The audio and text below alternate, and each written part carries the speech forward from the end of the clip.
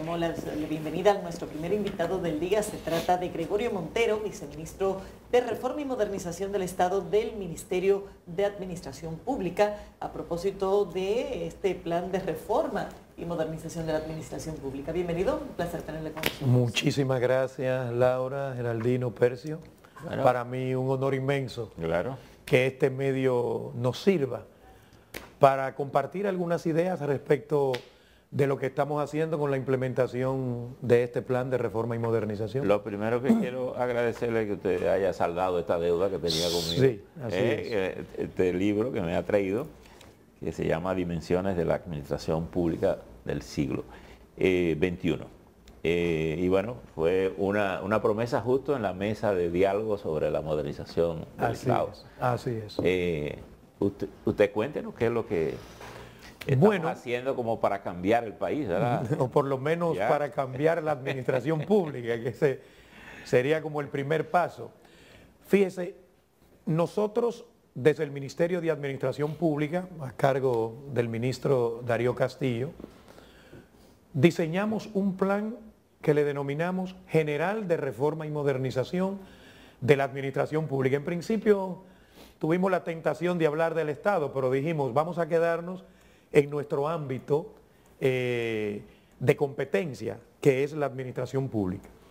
Creo que este plan tiene una particularidad, porque en el pasado también se han elaborado planes, se han hecho esfuerzos ingentes por mejorar la organización y el funcionamiento de la administración pública, pero este plan tiene un abordaje integral, es decir, no vamos por parte, aunque en la ejecutoria habría que de alguna manera priorizar, pero hemos diseñado un plan con unos 8 ejes que apuntan a la mejora institucional. Eso es lo que se procura fundamentalmente. Una mejora institucional que impacte en la calidad de vida de la gente, que impacte en la calidad del gasto público, que son problemas centrales que tenemos en nuestro país, y que se conecte con los objetivos de desarrollo sostenible y la Estrategia Nacional de Desarrollo. Un error que se ha cometido históricamente en nuestro país, en otros países también, es pretender que el desarrollo se va a poder alcanzar sin generar la institucionalidad necesaria para que ese desarrollo sea real y sea sostenible. Por ejemplo, un eje que tiene el plan bien definido es el eje que nosotros le llamamos reforma normativa. Ahora, no es solo aprobar normas. Mucha gente ya, de hecho, dice que aquí normas tenemos de más. No es así necesariamente, pero sí tenemos muchas normas que lamentablemente no se aplican. Entonces, este eje apunta a completar el ordenamiento jurídico que procura disciplinar la administración pública, pero también a que se apliquen las leyes que ya están vigentes. Sabemos que la Constitución de 2010 mandató un conjunto de normas que todavía no han sido lamentablemente aprobadas. En el marco de este plan se han presentado al Poder Ejecutivo unas 12 normativas. Este plan, como sabe Percio, fue aprobado por decreto del presidente de la República, el decreto 149-21. Es decir, estamos trabajando sobre la base de un mandato del propio presidente de la República. Me llama la atención, yo no sé si es que el Ministerio de Administración Pública no tiene la suficiente autoridad o que las otras instituciones no lo respetan.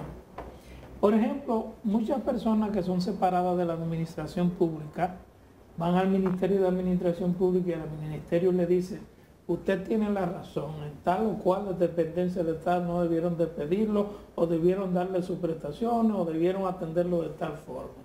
Sin embargo, una considerable cantidad de casos se han dado de gente que han recibido esas órdenes, sin embargo han tenido que acudir al Tribunal Constitucional o al Tribunal Superior Administrativo. Es más, en esta semana salió uno que le ganó un pleito a Cancillería. Así es. Que Cancillería no le dio sus prestaciones y simplemente acudió al Tribunal Constitucional Y allá le dijeron, sí, tienen que darle todo su dinero y además tienen que darle un atriente por cada día. Le embargó la cuenta. No pagar. Sí. Entonces, uno se pregunta, pero ¿qué es lo que pasa? El Ministerio de Administración Pública, las indicaciones del Ministerio Público son desobedecidas por las otras instituciones. Bueno, mire Geraldino, ahí es un tema que en derecho administrativo se llama asignación de competencias.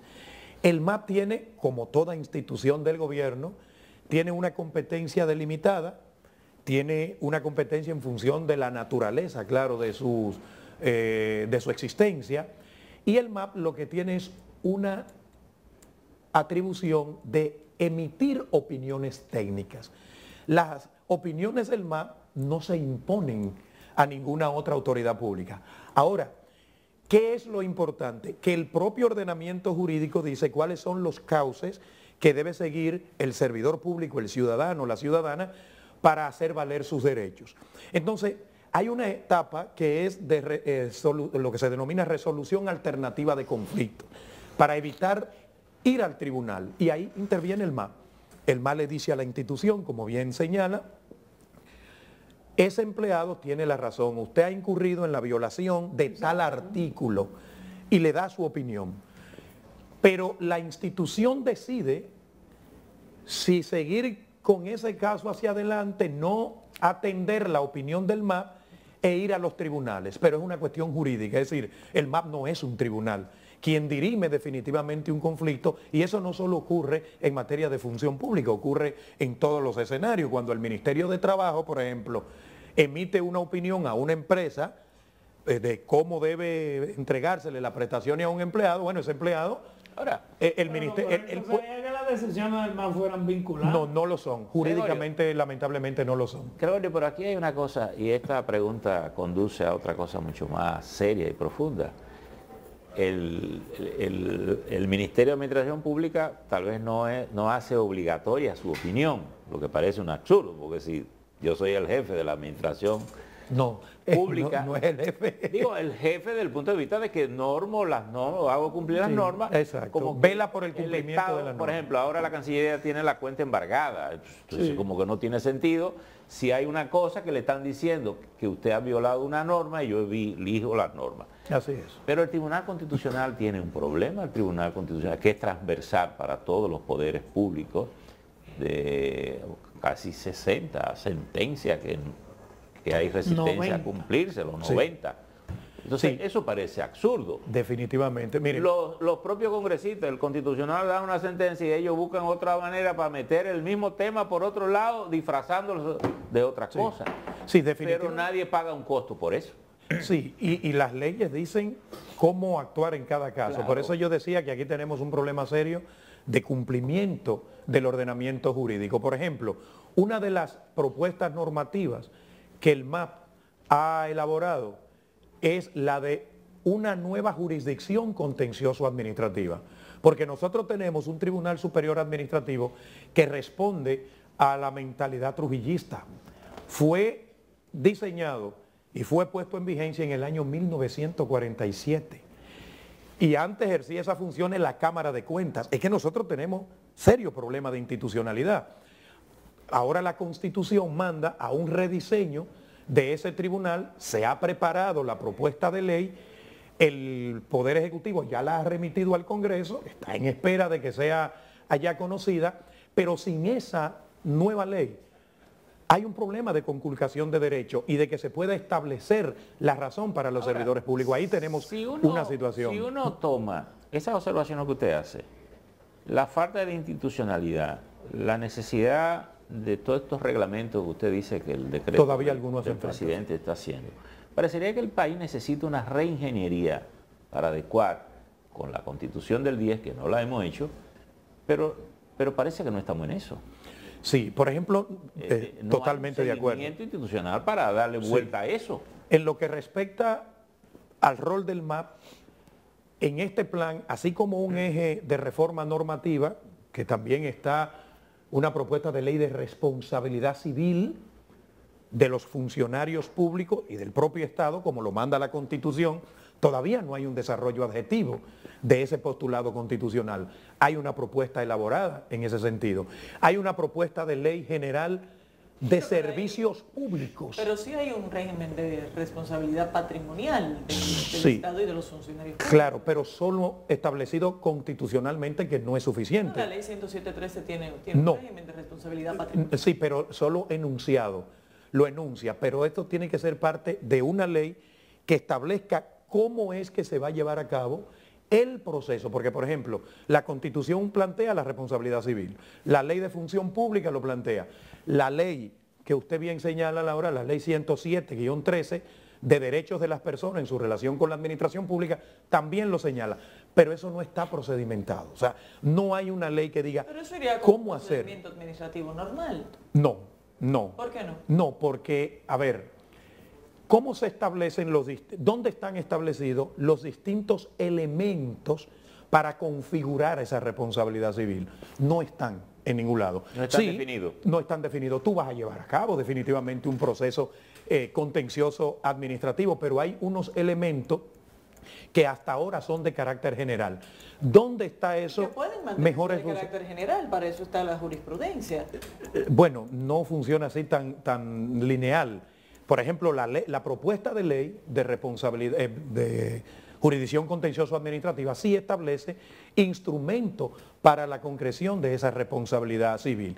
Sí están establecidas las normas, sí se llevan también, porque ya hay demanda en responsabilidad civil del Estado y sus funcionarios, pero todavía este tribunal que tenemos tiene seria dificultad para poder Tiene que concretar tenerla todo porque esto. está sobrecargado de trabajo. Pero que además no responde al esquema constitucional. Señor Montero, Una sola ¿el MAS sala. tiene jurisdicción sobre los ayuntamientos? A eso voy. Ese es otro eje. Bueno, quería comentarle del eje de reestructuración de la administración pública. Colocar a la administración pública en condiciones de dar respuesta a lo que establece la Constitución y a lo que establecen un conjunto de normas, porque hay muchas normas y buenas normas, aunque falten otras. Entonces hay un eje de reestructuración de la administración pública para que cada institución Pero cumpla reestructurar con ¿qué su en la competencia. administración pública? ¿Ah? Reestructurar. Por ejemplo, órganos y entes en los que hay duplicidad de atribuciones. Bueno, el gobierno desde el inicio anunció que iba a eliminar una serie de Sí, y sabe que se instituciones. eliminaron algunas, pero no es suficiente. Pero la verdad es que solamente se eliminó la CDE y ¿cuál más? No, se eliminó la OISOE, La OISOE, se eliminó el la despacho OISOE, como pero- tal, el despacho de la primera Vivienda dama. se convirtió en... Bueno, Sí, lo de vivienda fue en un una conversión, ministerio, exacto, en pero un ministerio. no ha habido un saneamiento amplio. No, nosotros precisamente en ese sentido hemos preparado ya un plan de reestructuración de la administración pública Bueno, pero o es un que plan de fortalecimiento institucional. Reestructurar la administración pública es una cosa, eliminar instituciones innecesarias es otra. No es parte de la reestructuración, o sea, la reestructuración implica eliminación de instituciones que no tienen razón de ser, implica fusionar otras instituciones e implica replantear competencias. Una pregunta, todos estos proyectos que aparentemente están muy avanzados o están listos, sin embargo, no han sido sometidos al Congreso Nacional. ¿Por No, hay algunos que no necesitan del sometimiento al Congreso Nacional. El jefe de la administración pública es el presidente de la República y hay decisiones que él la puede tomar por vía de decreto. Pero los que Ahora sean hay proyectos otra, de ley. sí, por ejemplo, hay una propuesta de ley orgánica de ministerios que ya está en manos del Poder Ejecutivo para su remisión Dentro al de los Congreso. proyectos que ustedes tienen dentro de la reforma del Estado, ¿están incluidos el Ministerio de la Juventud y el Ministerio de la Mujer? Ha habido propuestas en ese sentido. Hay alguien que ha propuesto el Ministerio de la Familia. Se ha propuesto. Bueno, se ha planteado. Se ha planteado no solo con esos ministerios, porque precisamente esto se trata de darle una lógica al funcionamiento de la administración pública que ya está planteado en una ley, que es la Ley Orgánica de la Administración Pública. Entonces, esa ley dispone que se cree una ley de ministerio y que se tome en cuenta todo esto. Ustedes saben que ahí hay un elemento político muy fuerte, se ha discutido, Percio sabe que en el marco de la mesa de reforma y modernización, del diálogo por la reforma y la eficiencia del Estado, ese fue uno de los temas que surgió la posibilidad de unificar ministerio, el MAP ha hecho siempre las propuestas. Lo que pasa es que no le corresponde, aquí caigo en lo mismo, la decisión y a al MAP. propósito que menciona lo del diálogo, ¿sienten ustedes que se ha avanzado en algún aspecto en el diálogo de los 15 temas que el país... Bueno, porque a pesar de que no era propio de la administración, pero eran sí, todos que tienen que ver con la dinámica del Estado nacional. Ahí yo puedo responder, Percio, por la mesa que nosotros desde el MAP coordinábamos. Nosotros estamos siguiendo al pie de la letra los resultados de acuerdos de esa mesa. Por ejemplo, las propuestas de ley que ahí se acordaron, las mejoras a algunas de las propuestas, como bien recordará, también lo hemos estado haciendo y las sometimos al Poder Ejecutivo. Exactamente, ¿cuáles son los cambios que ustedes sienten que se lograron ahí para presentarse a nivel del Congreso? Mira, por ejemplo, nosotros ahí conocimos en esa mesa nuestra la propuesta de ley de modificación de la Ley de Función Pública. Hicimos los ajustes que entendíamos claro que eran procedentes y ya esa propuesta de ley está en el Congreso de la República. Ya el gobierno la depositó. Sí, ya el gobierno la depositó. Otra propuesta de ley fue la Ley General de Servicios Públicos, la Ley de Participación Ciudadana en la Gestión Pública. Esas dos propuestas también el MAP las elevó a consideración del Poder Ejecutivo. ¿Y qué ha pasado en el Poder Ejecutivo que esos proyectos no han sido sometidos? Bueno, lo que pasa es que cada cosa tiene que darse a su tiempo. Ellos tienen una dinámica de trabajo, tienen también mucho trabajo. Ellos tienen que llevar un proceso de análisis, de discusión también con nosotros. Por ejemplo, eso ocurrió con la Ley de Función Pública. También la Ley Orgánica de Ministerio está a punto de someterla, según ya nos informaron. Ellos llevan un procedimiento interno. ¿Del ministerio, la ley de los ministerios o...? No, de los ministerios. De los ministerios. De los ministerios. ¿En la de servicios públicos qué se pretende regular? Mira, aquí tenemos una dificultad. No existen ni principios generales ni unos estándares para la prestación de los servicios públicos. El Ministerio de Educación, por poner un ejemplo, tiene su ley que le establece la responsabilidad de la prestación del servicio educativo. Es que todos tienen sus leyes sectoriales. Claro, pero no responden a unos estándares generales establecidos. Cada quien los establece en su ley a su manera. Porque no son equiparables, no podemos comparar electricidad con educación, con telecomunicaciones, con transporte. Sí, pero hay unos estándares generalizados relativos, por ejemplo, a la calidad de la prestación de los servicios que aplica para todos. Pero cada régimen sectorial tiene sus propios estándares de calidad. No es así, no es así. Cada quien lo tiene sin responder a criterios constitucionales. La Constitución es clarísima. Claro, también tenemos que aclarar. Cuando se hicieron esas leyes, la Constitución de la República ni por asomo mencionaba la categoría servicios públicos. Hoy la Constitución a partir del 2010, y ninguna de esas leyes se han reformado después del 2010, establece cuáles son las características para la prestación de los servicios públicos. Habla de la oportunidad, habla de la calidad, habla de la prestación directa e indirecta. Por ejemplo, ¿hay realmente unos estándares para la prestación indirecta de los servicios públicos en la República Dominicana? A través de concesiones. Sí, ese es el mecanismo. Todo eso está en las leyes sectoriales. No, pero eso es a través de mecanismos. Eso es un mecanismo. Pero, por ejemplo, la prestación del servicio de salud por los terceros, por los particulares, ¿a qué responde? Eso no está claro, establecido en ningún lado. ¿A la Ley General de Salud? No, si fuera así, pero la Ley General de Salud es del año 2001. Bueno, pero una cosa es reformar y actualizar las leyes sectoriales y otra cosa es regular los servicios públicos de forma genérica cuando todos cuentan con leyes sectoriales y reglas especiales. El disciplinamiento de la administración pública implica establecer unos estándares de carácter general para que cada institución, respetando, eso sí, sus características particulares, siga esos estándares. Por ejemplo, aquí no existe un sistema nacional para la prestación de los servicios públicos. No lo existe y debería existir en cuanto a principios y normas de carácter general. Tengo todavía una respuesta pendiente con usted, Geraldino. En los últimos tiempos hemos visto en los medios supuestamente la considerable cantidad de empleados que hay en la administración pública, que ha ido aumentando en los últimos tiempos. ¿Cuántos son los empleados y cuántos se han aumentado en los últimos 2 años? Mire, eso es parte precisamente de la necesidad que hay de avanzar. Usted sabe que nosotros hemos gastado mucho dinero, y lo digo literalmente gastado y muy a propósito, mucho dinero en herramientas tecnológicas.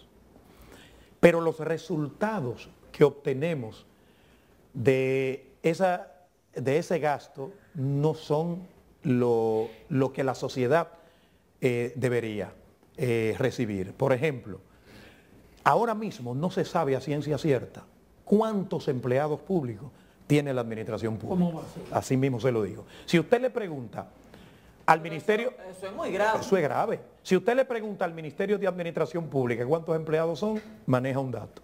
Si usted le pregunta a la Contraloría General de la República cuántos empleados son, maneja otro dato. Si usted le pregunta al Sistema de Seguridad Social cuántos son, maneja otro dato. Porque aquí... ¿Cómo eso es Pero posible? ¿saben Vamos. cuánto han incluido en los últimos tiempos? no puedo precisar esa información. Bueno, pero yo le voy a decir a usted una Por cosa. Si yo le pregunto a cada ciudadano, es más, no me voy a ir tan lejos porque seríamos 11 millones. Si yo le preguntaría a cada funcionario público de qué tamaño es el patrimonio nacional, tampoco nadie sabe, ni siquiera el presidente. Sí, Bueno, pero déjenme... en este caso una cosa es el patrimonio, pero Sí, en este pero- caso estamos hablando de funcionarios Sí. públicos. De algo a lo que se le está pagando. A lo que se le está pagando, claro. Pero Sí. muy bien. A eso voy, a eso voy. Debería ser tan sencillo como si tengo una nómina, entonces Sí. esa es la cantidad de funcionarios. La puedo contar. Al menos que estemos reconociendo que hay otros mecanismos. No, a eso voy. ¿Qué está haciendo el MAP en este momento? El MAP está diseñando en el marco de un marco de interoperabilidad, que el presidente de la República emitió un decreto para crear ese marco, conectar todas las bases de datos, en el marco también de la política de transformación digital, de todas las instituciones. Esto se le llama SIGEI, Sistema de Gestión Institucional, Integral Institucional. ¿Para qué? Para que los datos que se tengan no solo sobre los empleados en sentido general, pero especialmente sobre los empleados, porque por ejemplo el MAP tiene el sistema de administración de servidores públicos. Pero siempre se hablaba... Pero no todos corren por ahí. Se hablaba de 500.000 de personas, 600.000 Ahora se habla de 800.000 personas. 800.000. Se hablaba pero que fíjense. recibieron 600.000 y que ahora están 800.000. Bueno, así no lo puedo yo precisar porque sería adelantar. Pero fíjense algo. ¿Qué es lo que ocurre? Que en los últimos años se distorsionó un mecanismo de ingreso a la administración pública. Entonces, ¿Cuál es el mecanismo? el llamado contratado. En la administración pública, los contratados No figuran como empleados. no figuran como empleados, pero se utilizaban, y se siguen utilizando, figuras normales de ingreso a la administración pública como si fuera contratado. Entonces, eso te distorsiona el dato. El MAP emitió una resolución y esa sí se está cumpliendo, Pero Geraldino. esos contratos se supone que no generan derechos... No. Depende de dónde lo Ay, pongan. depende Depende en dónde lo pongan. Porque Hay que generar. hay que generar. y hay que no Y hay que generar. No, y me voy más lejos. El Tribunal Superior Administrativo ha conocido varios casos, varios conflictos y ha dictaminado, sí, ha decidido que a esa persona le corresponden derechos. Claro, porque ha estado dando un Porque, servicio ay, consistente. ¿cómo tú me vas a de tener acuerdo a al mí código? 8 años, 10 años, dije como contratado una figura que no existe? ¿Qué dice el tribunal? No, ese es un empleado. Claro. Asúmelo como un empleado y tu Estado, que ha caído en esa ilegalidad, carga con las consecuencias. Entonces, nosotros emitimos una resolución, el MAP emitió una resolución que dice cuál es la forma oficial de ingreso a los cargos públicos. Y en coordinación con la Contraloría y la Dirección General de Presupuesto, se ha llegado a la siguiente conclusión. Y eso es lo que se está haciendo. Si usted quiere a una persona en una condición de eventual, usted lo que le va a hacer es lo que nosotros denominamos una carta compromiso de servicios personales que solo genera los derechos y los beneficios que se establezcan en esa carta, pero no te lleva a una nómina oficial de la administración pública.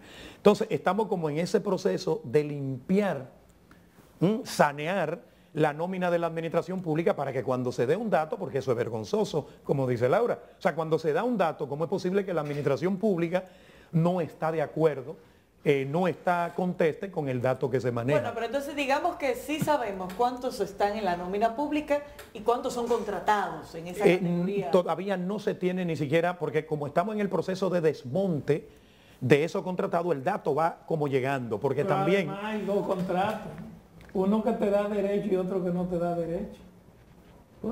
Bueno, lo que pasa es que la contratación en la administración pública... La característica del contrato es lo que el tribunal encuentra. Claro, sí. Dice, no, este es un empleado. Pero lo que pasa es que realmente la contratación en la administración pública, y ahorita Laura hablaba del régimen de concesiones, está pautado no por la ley de función pública, es por la ley de contrataciones y compras en el Estado, la ley 340-04-06, es decir, no es la ley de función pública. Por eso el MAP dice, bueno, pero es que si usted tiene un contrato real y efectivo, usted no es un empleado público porque la ley de función pública no reconoce esa figura. Geraldino, el MAP sobre los gobiernos locales y tomando en cuenta la autonomía de los gobiernos locales, tiene una jurisdicción limitada, es una jurisdicción prácticamente convencional.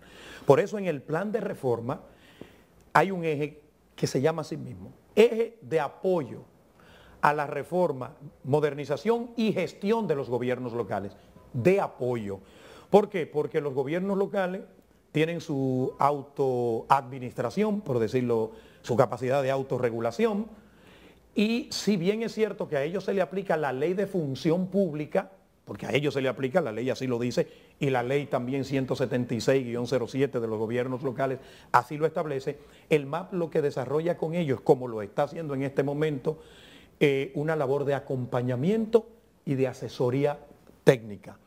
Pero hay una alianza con las entidades asociativas de los gobiernos locales. Por ejemplo, nosotros estamos trabajando, no le llamamos piloto porque no nos gusta mucho esa palabrita para la administración pública, pero estamos trabajando con 25 gobiernos locales, procurando instalar en ellos todos estos mecanismos de gestión que potencie sus capacidades, porque hay que estar claro, esto parece un discurso ya muy recurrido, pero realmente el desarrollo nacional solo es posible si hay un desarrollo local. Gracias por estar con nosotros. Ha sido muy útil la conversación y bueno. Seguimos a disposición. Así es, señores, despedimos a Gregorio Montero, viceministro de Reforma y Modernización del Estado del Ministerio de Administración Pública. Vamos a una pausa, ya volvemos.